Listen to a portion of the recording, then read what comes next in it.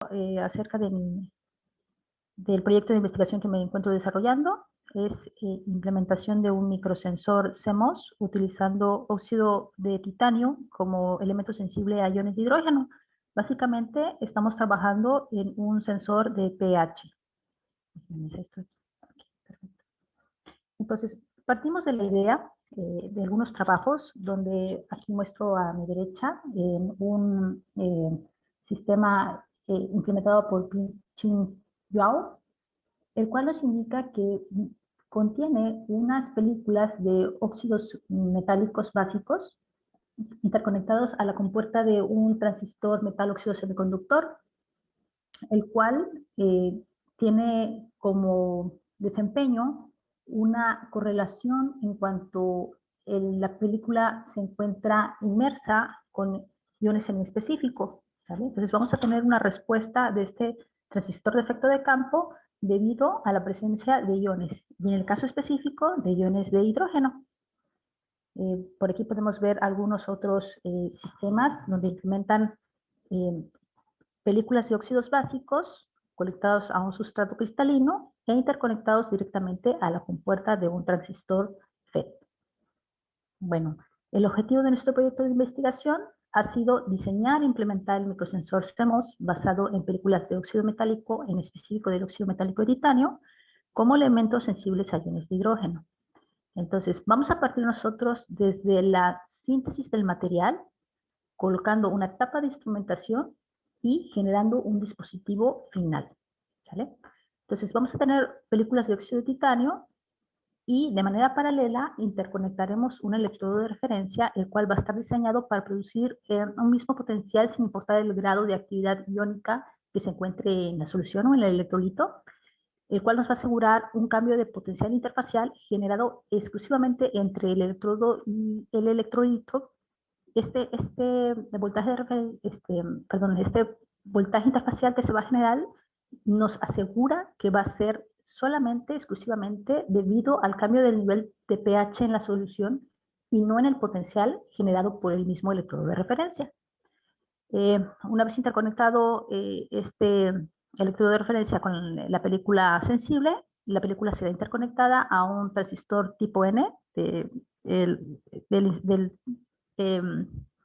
fabricante de Texas Instruments, y después acoplaremos una parte para acondicionar la señal y poder amplificarla, compensarla, filtrarla e inclusive calibrarla. Bueno, la metodología de trabajo que tenemos solamente para la parte del material es: vamos a elegir los reactivos y las cantidades de los mismos, generaremos la síntesis del óxido de titanio por medio de la ruta Sol-Gel, y después procederemos a depositar las películas de óxido de titanio por la técnica de inmersión y posteriormente aplicaremos un recocido. Si las películas logramos reproducirlas y son visiblemente homogéneas, entonces procederemos a caracterizar de manera óptica, morfológica y eléctricamente. Si las películas alcanzan las propiedades o presentan las propiedades eh, afines para el sensado de iones de hidrógeno, entonces procederemos a hacer una interconexión con el transistor. Si no, procederemos a volver a hacer películas de óxido de titanio.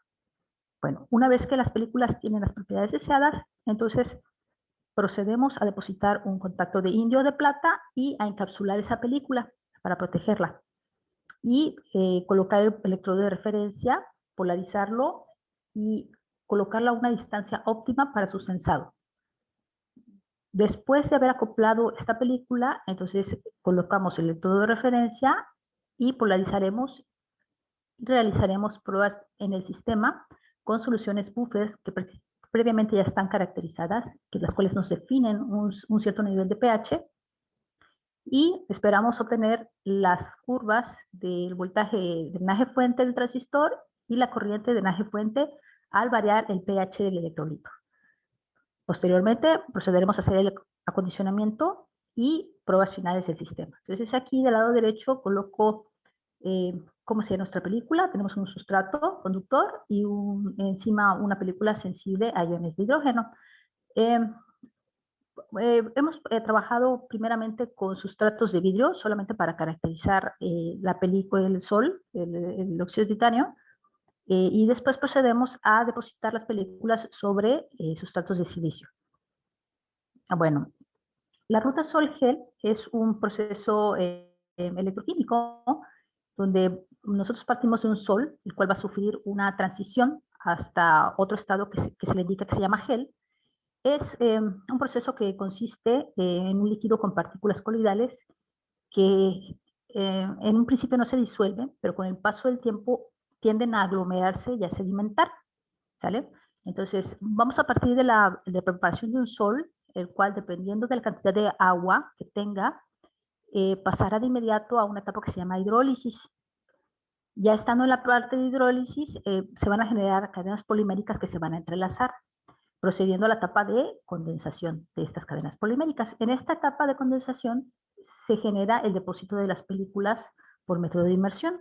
Ya después el sol sigue evolucionando, pasa a la etapa de gelificación, envejecimiento, secado, donde se reduce completamente el sol y finalmente llega a una estabilización y una densificación.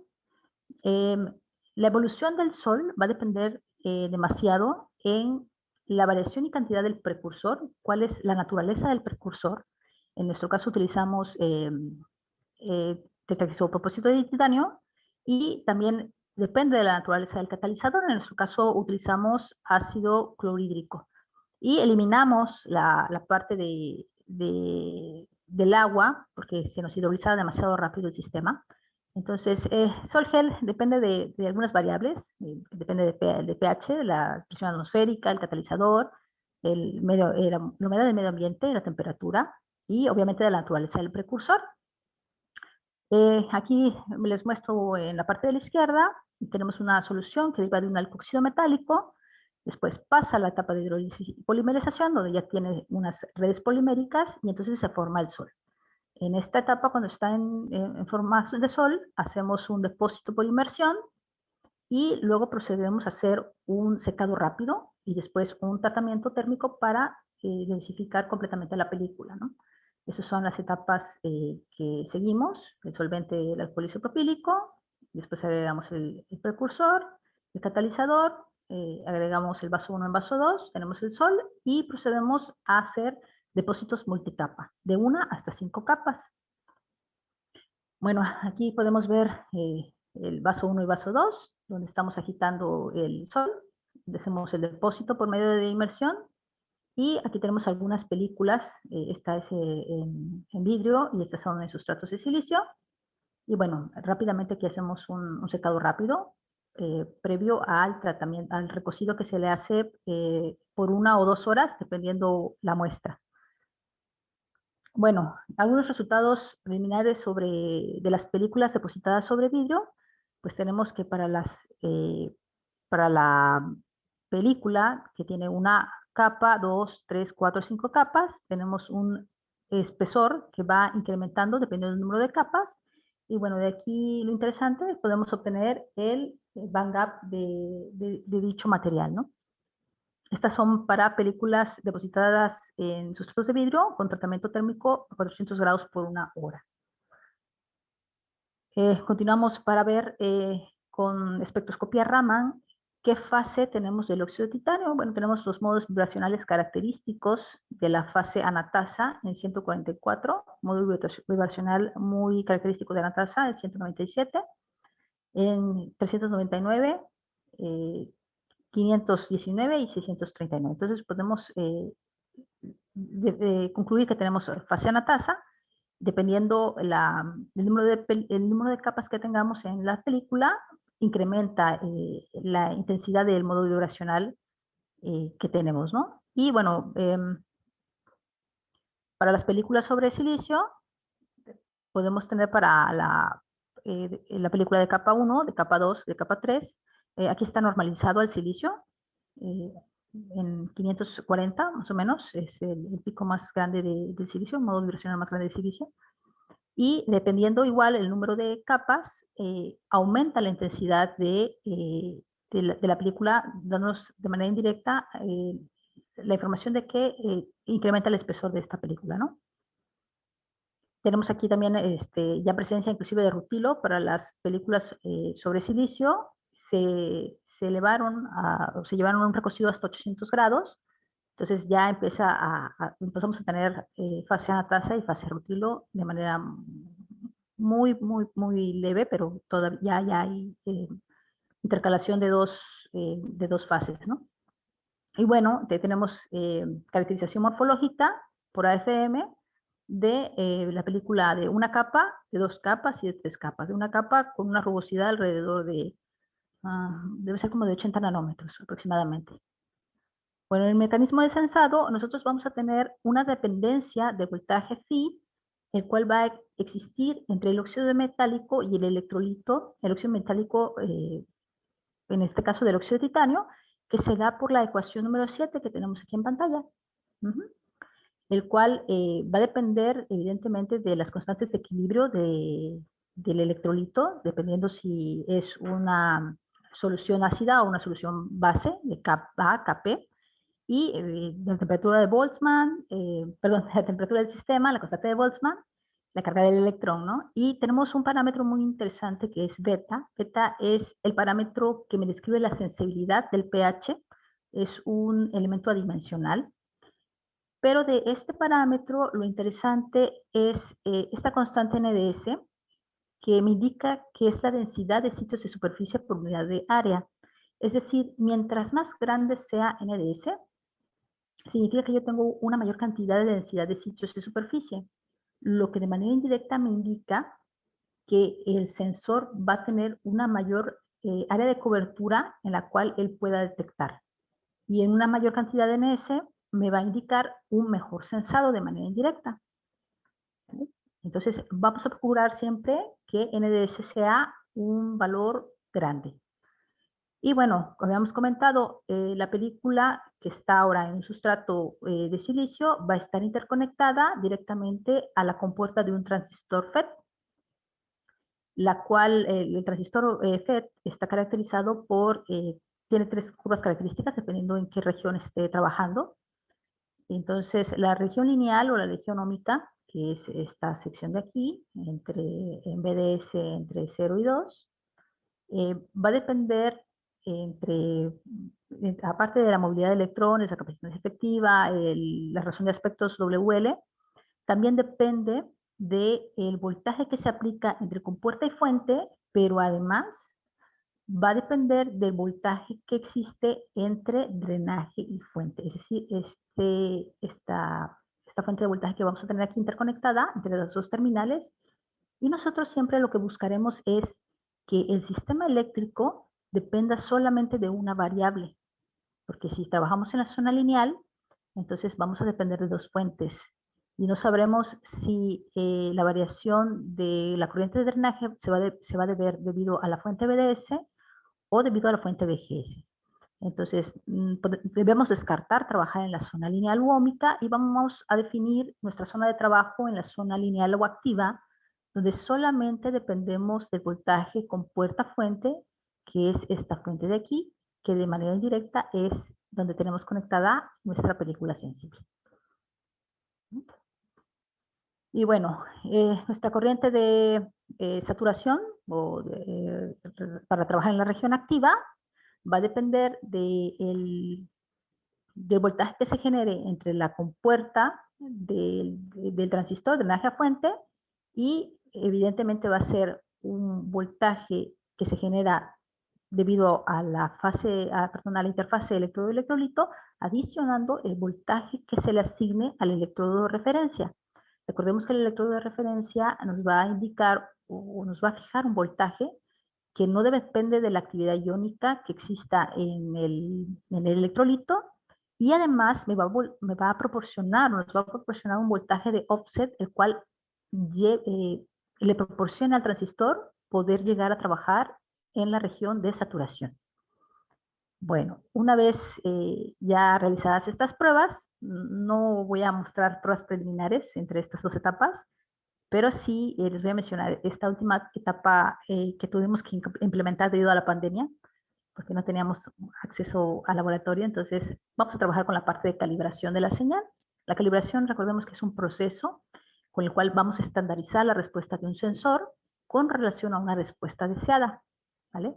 Con ello vamos a asegurar una reproducibilidad y precisión, no importando en qué microsensor, cuál microsensor, o en este caso, qué película se utilice del mismo conjunto de películas que se realizaron en una serie como tal, ¿no?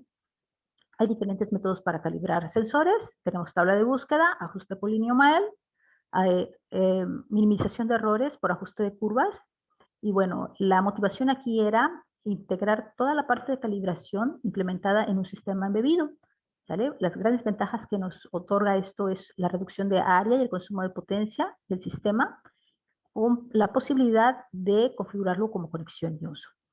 Entonces, aquí les presento de manera muy breve la función de transferencia que diseñamos para este sensor, donde YDFX es la señal que entrega la película conectada al transistor sin calibrar.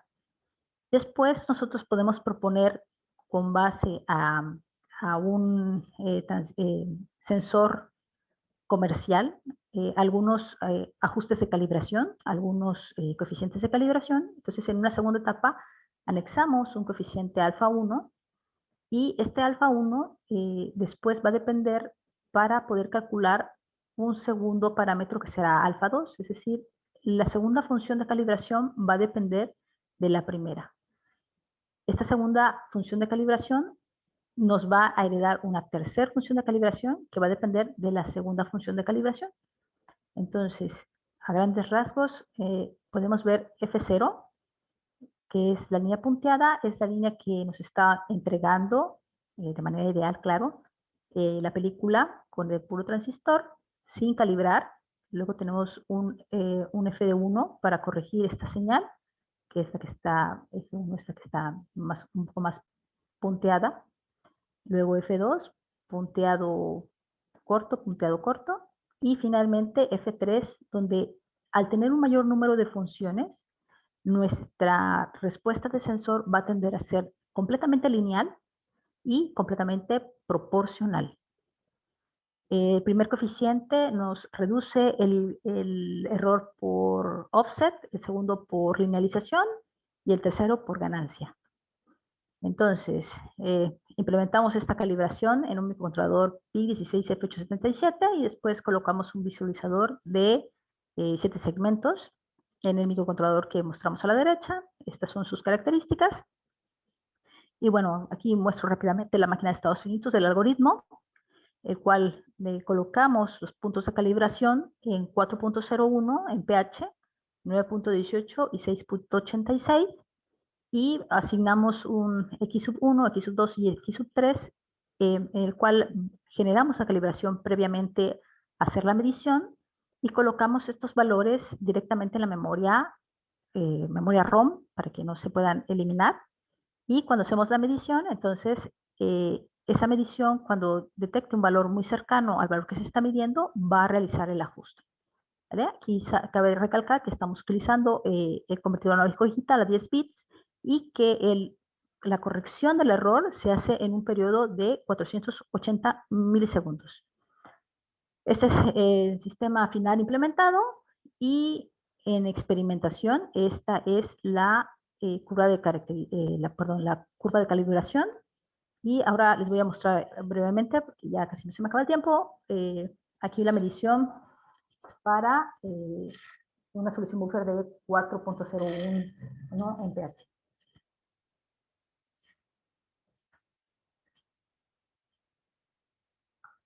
Parte de 6, porque así lo tenemos caracterizado. Y va descendiendo en valor.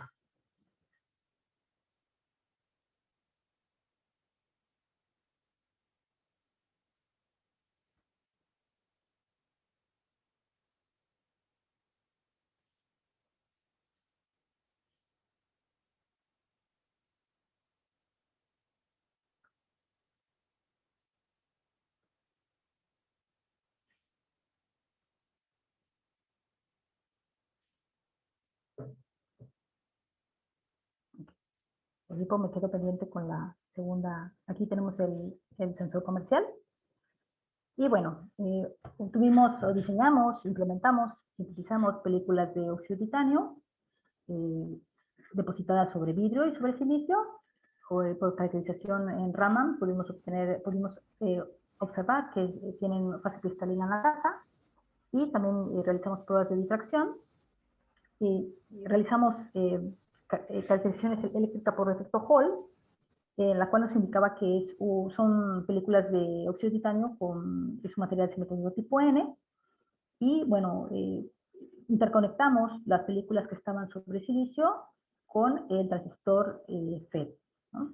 Generamos un método de calibración por corrección polinomial, donde nos fijamos 3 puntos de calibración, y aquí ya no lo agrego, pero reducimos el error de un 28% a un 7.3 con 3 funciones de calibración. Y bueno, tenemos unos trabajos a futuro, modelado del sensor mediante un software que se llama Sivaco Atlas, el cual me permite modelar de manera indirecta la función de sensibilidad de la película incorporado ya al transistor FET. Y tenemos que reajustar esta capa de calibración para observar si es posible reducir aún más este error en la calibración. Pues muchas gracias, creo que estoy en tiempo. Ya está. Gracias, maestra Rosa. Pues es el tiempo de preguntas.